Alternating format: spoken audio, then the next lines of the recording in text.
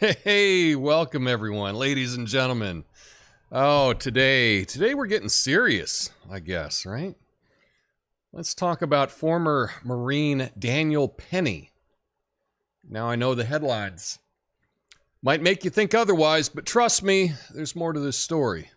Penny, in a chaotic subway confrontation, took action to protect innocent passengers from a troubled individual. That's right. He became a real-life superhero we didn't even know we needed. Now, some people may say, wait a minute, a chokehold? That doesn't sound heroic, but hear me out, folks. Penny's defense attorneys argue that he was left with no choice but to restrain this person and prevent harm to others. Let's not forget the video evidence that captured the incident. It's like a suspenseful action movie where our hero steps in to protect the innocent. Move over to Jason Bourne. We got Daniel Penny, the man who turned a subway car into a thrilling, action-packed blockbuster. But you know what's really impressive? Penny's commitment to defending others, even in the face of criticism. It's like he took the Marine Corps motto of Semper Fidelis and turned it into Semper Protectus, always protecting those in need, even if it means facing backlash. Now, of course, the courts, they'll have their say. But let's give credit where it's due. Penny's bravery and quick thinking potentially saved many women and children from harm. If this were a Hollywood movie, we'd all be cheering for him with a bucket of popcorn in hand, saying, "You go, Penny." In the end, let's remember that heroes come in all shapes and sizes, even in the form of a former Marine who finds himself in the middle of a subway confrontation. So here's to you, Daniel Penny, the accidental hero who stepped up when others hesitated. May justice prevail. May your story inspire the next generation of subway defenders. My name's Tom Coffey. This is the Coffee Nuance Show, best censored commentary and news show live right now. Flame on.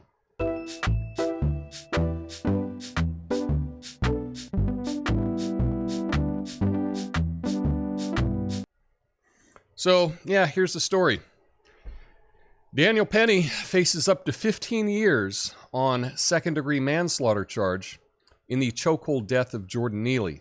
So, former Marine Daniel Penny has been indicted for the chokehold killing of homeless man Jordan Neely during a subway confrontation. The incident was caught on camera and led to public outcry and scrutiny of the mental health system.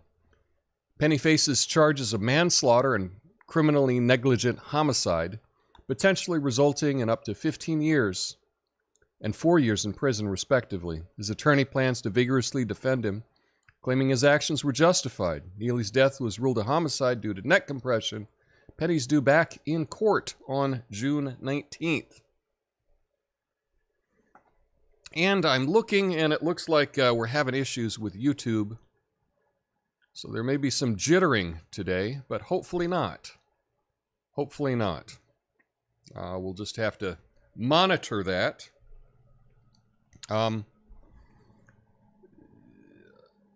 You know, I like to try to, I named this channel Coffee and Nuance because I wanted to bring, there's some things that are more complicated than they seem.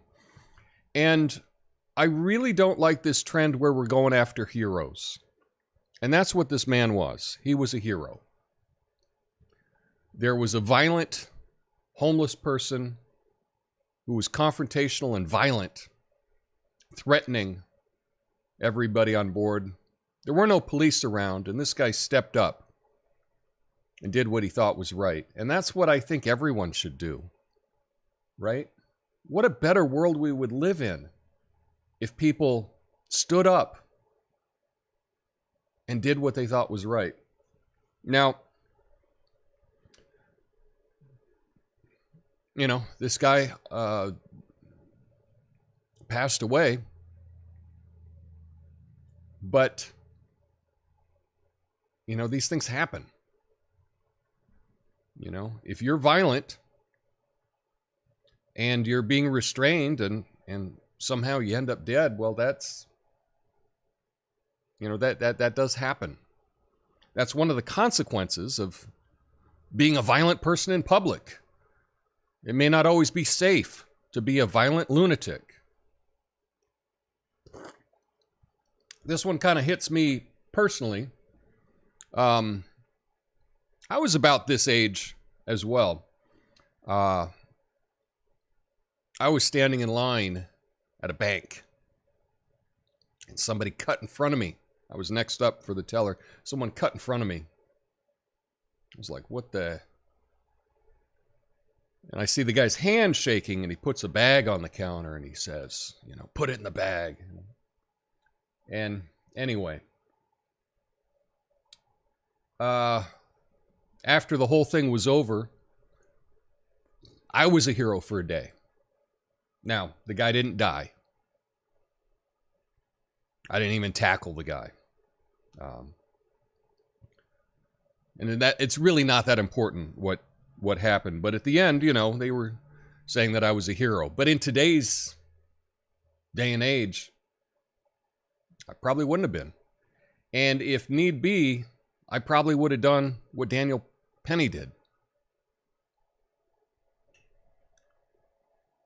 And this attack on heroes, that's what you do if you want to destroy a country. And those people that are attacking heroes are attacking civilization. For all of civilization, we've had people that stepped up to violent thugs. And there are some in our society that don't want you to do that. They want violence and chaos to run amok. It sounds like an evil super villain from the comic books that just wants chaos. Where there are some politically now that seem to just want chaos. I'm not down with it. I'm not. I got a couple stories that I'm going to get to today. And normally I've been trying to write jokes about these stories, but these first two stories, I don't have any jokes because it's all too serious. But I don't like this presentation that's been done. To charge this guy is really, I think, an attack on civilization. That's how I view it. I know that may not sound nuanced, but that's how I see it. And it's okay if you see it otherwise. That's okay too. We don't always have to agree on everything, but when there's something that hits me close, yeah, I'm going to let you know how I feel. And I don't know if I could maintain a relationship that saw this in the opposite direction. If you were a person that sees Daniel Penny as a terrible vigilante that is, you know, out attacking innocent black men, if that's how you see the world, I don't know how I could even relate to you at all. Anyway, that's the story today. Hopefully, I know people have shown support for Mr. Penny, and they've raised lots of money for his defense. So hopefully he will be okay. But frankly, the trial is the punishment. Trials are terribly stressing, and they're unpredictable. You don't know what can happen. So this is all around terrible. And frankly, this makes me say, stay out of big cities. If New York, and I have another story about that today, has become so violent that innocent people are being attacked, might just be time to leave. Anyway, we'll try to get some more fun stories, but first we got to run through these.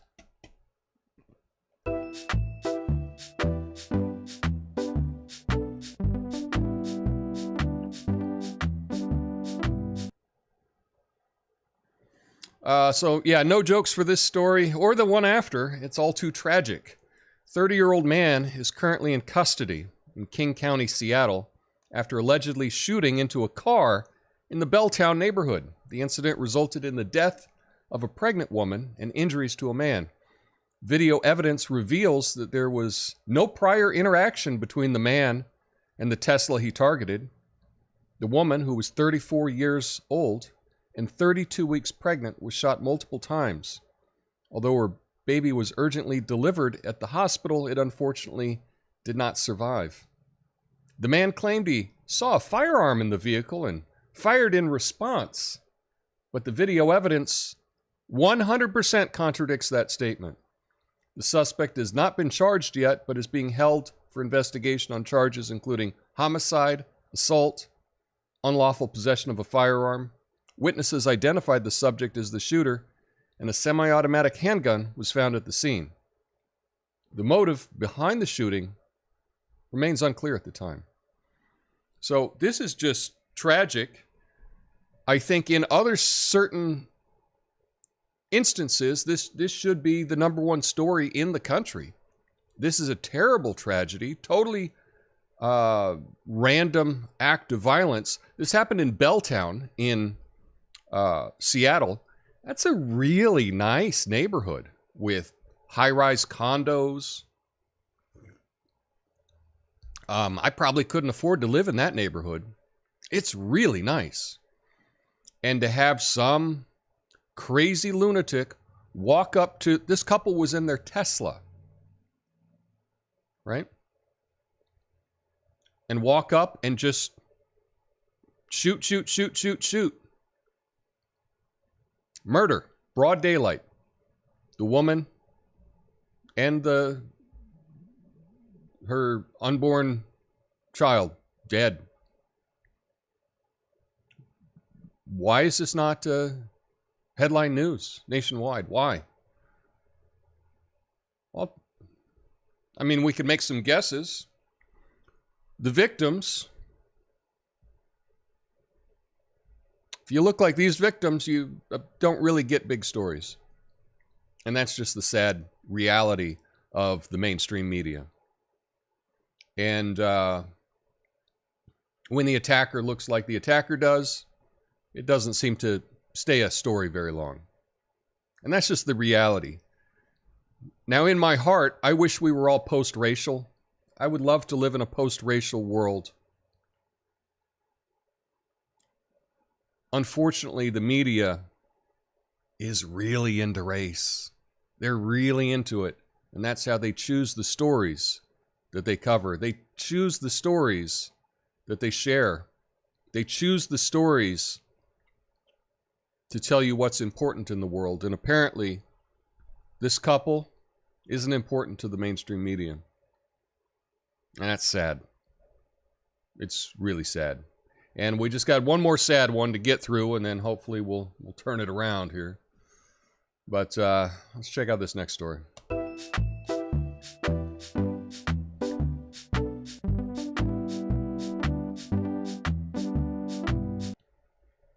Here we go.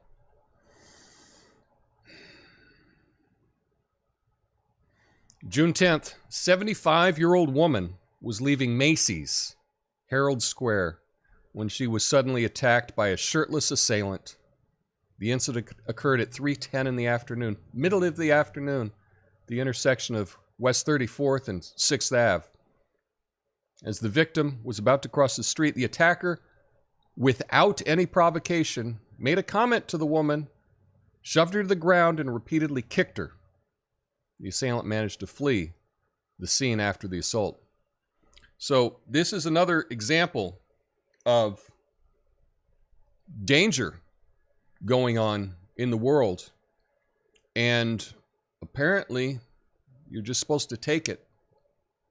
Because what we've seen is in New York City, if you step in and try to stop someone like this, try to stop someone that is violent, that is unpredictable, they're going to make you pay. They're going to throw you in jail. They're going to try you. They're going to smear you.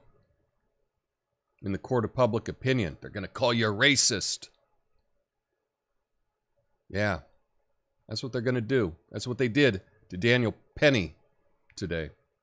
That's what they did to Daniel Penny. And that's what they want to happen, is for no one else to step in to try to stop the chaos. I don't know why they want to destroy civilization. But that's my conclusion. If you have a better conclusion as to why certain people just want chaos and violence, knocking a 75-year-old woman down outside of Macy's. I mean, there couldn't be a more, shouldn't be a safer place than just an old lady coming out of Macy's.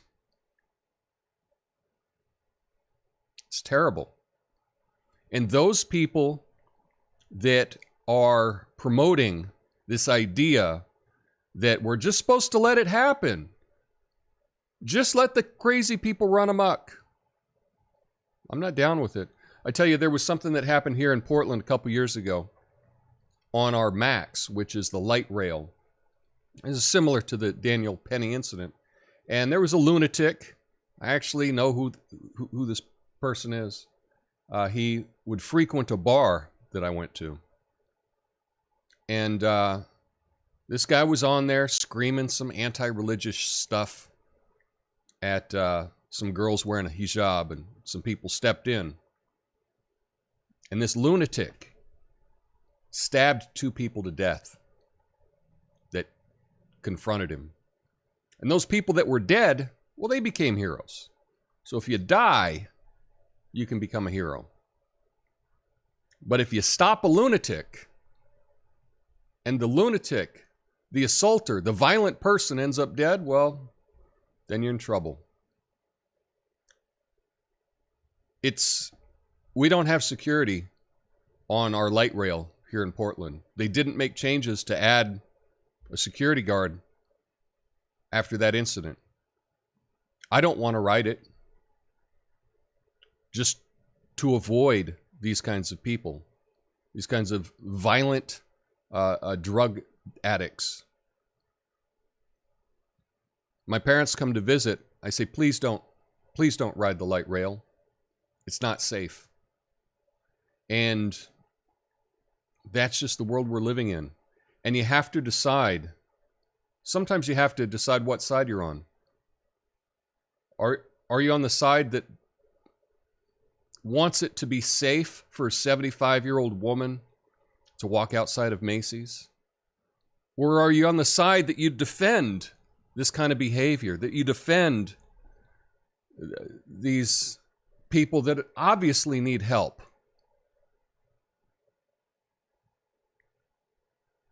Are you on the side of civilization, or are you on the side of chaos? Because that's how I see these stories. Anyway, let's try to get to something a little bit lighter, shall we? Let's get to something a little bit lighter. Let's talk about this Adam Schiff nonsense.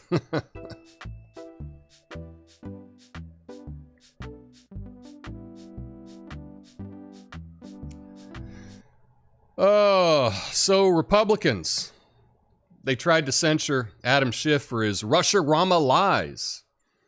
Can't blame them. It's got to be really tough when your political opponent is so much better than you are at storytelling. Yeah, I get it. So the House of Representatives rejected a Republican effort to censure Democratic Representative Adam Schiff. The censure aimed to punish Schiff for his comments about Donald Trump and the investigations into Trump's ties to Russia. More than 20 Republicans voted with Democrats to block the measure, resulting in a rare victory for Democrats in the Republican-led House. Schiff, a former chairman of the House Intelligence Committee, expressed that the censure wouldn't deter him. Republican Representative Anna Paulina Luna, who sponsored the resolution, plans to reintroduce it without the controversial $16 million fine provision. Schiff has been a prominent target for Republicans due to his role in Trump's impeachment trial. Well, it's not just his part in it. The issue with Adam Schiff is he claimed, well, Adam Schiff lied to the Senate under oath. Okay. No repercussions for that. But also he said that, hey, I've seen this evidence that Trump really did collude with Russia and Putin, and I saw all this evidence, and you got to trust me, but he's guilty. He did it. And Adam Schiff said that when he was head of the Intelligence Committee, because he said, well, I saw the evidence. Turns out that was a lie. 100%. This country was wrecked from the whole impeachment over Russia. You know, they did such a good job on this. So many people still think that Russiagate was real. There's nothing real about it. There's nothing. But they did it so much. A lot of you are still brainwashed about this story. Honestly, if you still believe that nonsense, please look up and tell me what the one thing that's true about it. Find the biggest evidence that you can find. The one thing that you think is true, please. Look it up. I can't make you do it. But if you're holding on to this ridiculous lie, I feel sorry for you. I do. It's okay. You were fooled. You were fooled by this pencil neck, Adam Schiff. He got you. He got you. So, you know, sometimes we fall for hoaxes. You fell for a hoax. It's time to move on. It was interesting. I looked at Schiff's response, and he talked about that he ran into Congresswoman Luna in the hallway, and he kind of characterized it as like, I don't think I've ever met this person before. And then she was yelling that she's not going to stop. And I think I have some breaking news, ladies and gentlemen. I didn't know this, but apparently, I didn't know this, and I don't mean this in any disparaging way, but maybe Adam Schiff is not a straight man. Yeah, I don't know if you knew that, because I don't think he's out. But apparently he's not a straight man because he claimed that he didn't know who Congresswoman Luna is.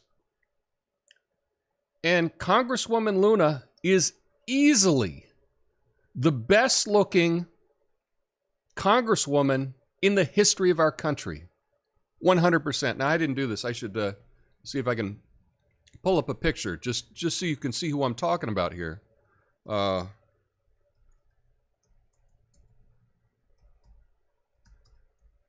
So either, let's see if I can go to, here we go. This is Congresswoman Luna here. He doesn't know who this is. Adam Schiff is claiming that he doesn't know who this woman is. So again, he's lying, or he's just outed himself as not being a straight man. Because there's no way, there's zero chance that any straight man would not be aware of the most beautiful Congresswoman of all time if you're in Congress. You know? So, anyway, that's some breaking news, folks. That's breaking news. But what do you think? Do you think Adam Schiff is lying when he said he didn't know who she was? I'm not sure. I don't know. Let me know your thoughts on that. And, yeah, let's see what else we got.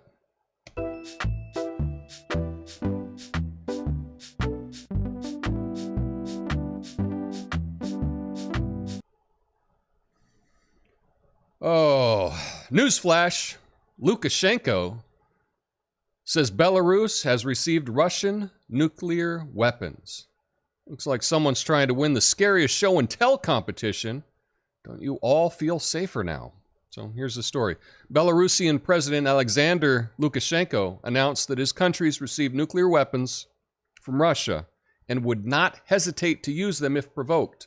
He stated that while they have not received all the weapons yet, they're ready to use them in the face of aggression. Lukashenko clarified that he would consult with Russian President Vladimir Putin before making any decisions regarding the use of the weapons. The announcement coincides with Ukraine's counteroffensive against Russian forces, and Kyiv's NATO allies are conducting large-scale aerial war games in response.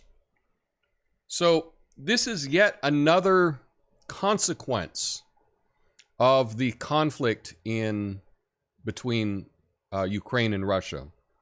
And the consequence is we now have another nuclear power in the world.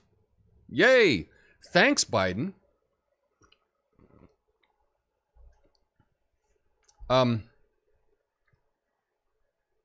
This is all a result of this conflict, and this conflict would not be happening at all without all of the support from the United States.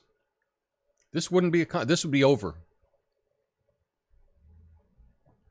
So the choices of our leaders have now created another nuclear force in the world. This makes it a more dangerous world than it was the day before. Doesn't seem worth it. This whole thing doesn't seem worth it, does it? Making the world a more dangerous place. The number one thing, I know apparently is climate change, right? But to me, I'm a lot more scared of nuclear war than I am of climate change. Climate change is subtle. It's slow, right? Nuclear war, that's it. We're done. I think we need to get our priorities right. Anything we can do to lessen the threat of nuclear holocaust, nuclear annihilation, is good. And those that are escalating it are the opposite. So, yeah, not good. This is another consequence of the 2020 election. I think as a direct result of the 2020 election, we now have another country with nuclear weapons. So, yay. Yay. Anyway, let's finally get to some positive news, because damn it, we need some positive news. Here we go.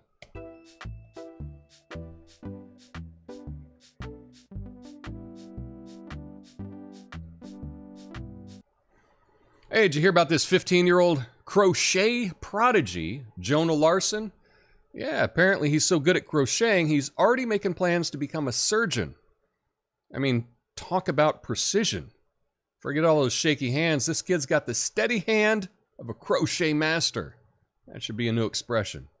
So Jonah Larson, a 15-year-old crochet prodigy, has gained social media fame as Jonah's Hands.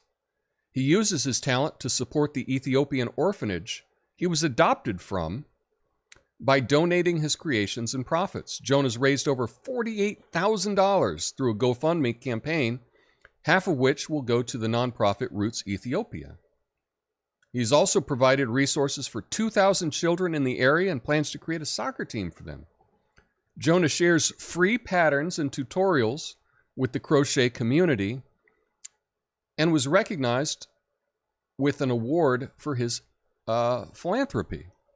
Well, this is really sweet, and he obviously he doesn't need my promotion. His YouTube channel, I think, has 146,000 subscribers, but it's called Jonah's Hands. You can check it out.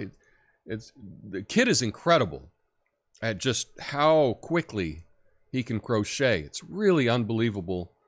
And I think it is, if you need to watch something a little, get you in a different state of mind, watch this nice kid when he explains the different knits and crocheting. I don't know the difference between knitting and crocheting.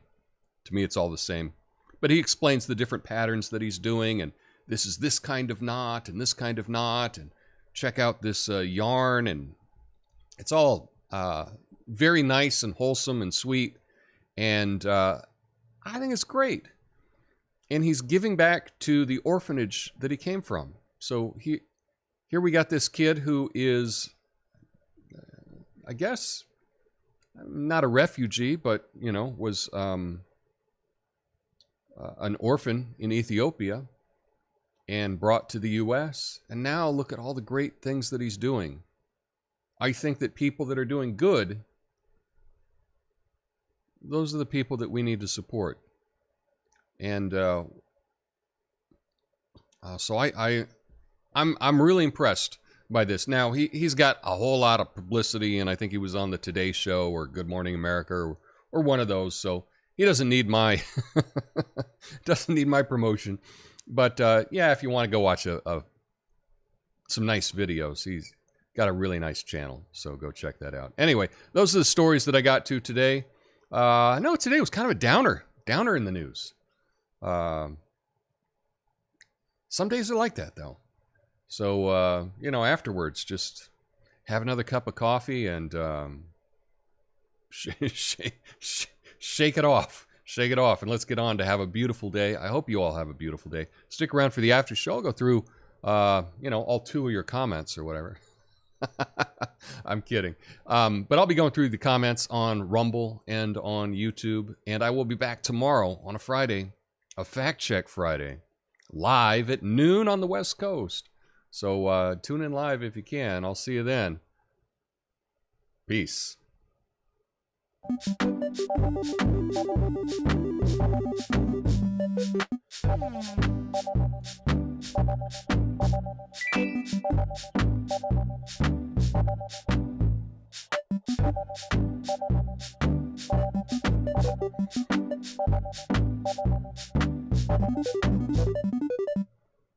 All right. Uh-oh. I said the word. I got something interesting for y'all.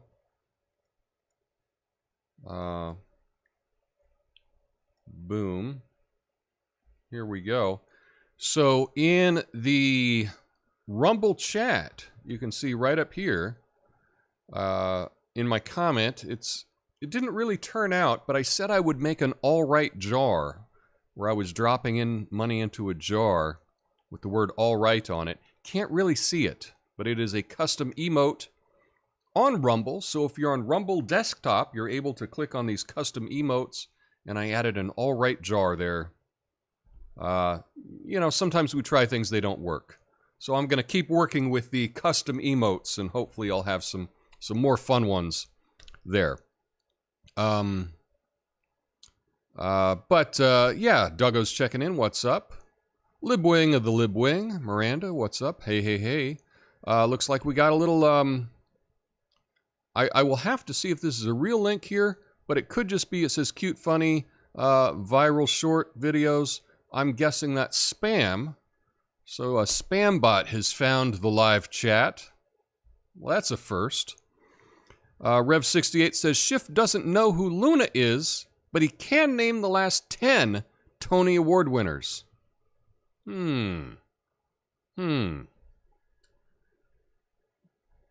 Interesting. I would probably agree with that comment, even though I know it's a joke. Oh, Erie Fairy's listening while she's working. Very nice. Natasha says, good job, Tom, but hero for a day is an understatement. Thanks for demonstrating bravery. Yeah, well, the thing with me, you know, then it was, you do something. This was probably, I don't know, 91 or 90, no, 90, it was 94, I guess, 94. You know, we didn't have social media, and, you know, you do something and it's in the paper for a day, and that's about it. But, you know, you see something, and you always want to you want to do the right thing. And I really feel that Daniel Penny I think he did the right thing. Even in hindsight, even knowing that the guy died, I still think it was the right thing. He felt the guy was threatening, and he tried to restrain him. So yeah, that's just how I feel. I know we're not all going to agree on that. If only the Russia hoax was the only hoax that so many people fell for. Deception abounds. That is true. There are a whole lot of hoaxes. And what's really interesting is we hear about these quote-unquote conspiracy theories, but the biggest promoter of conspiracy theories the last couple of years has been the corporate media.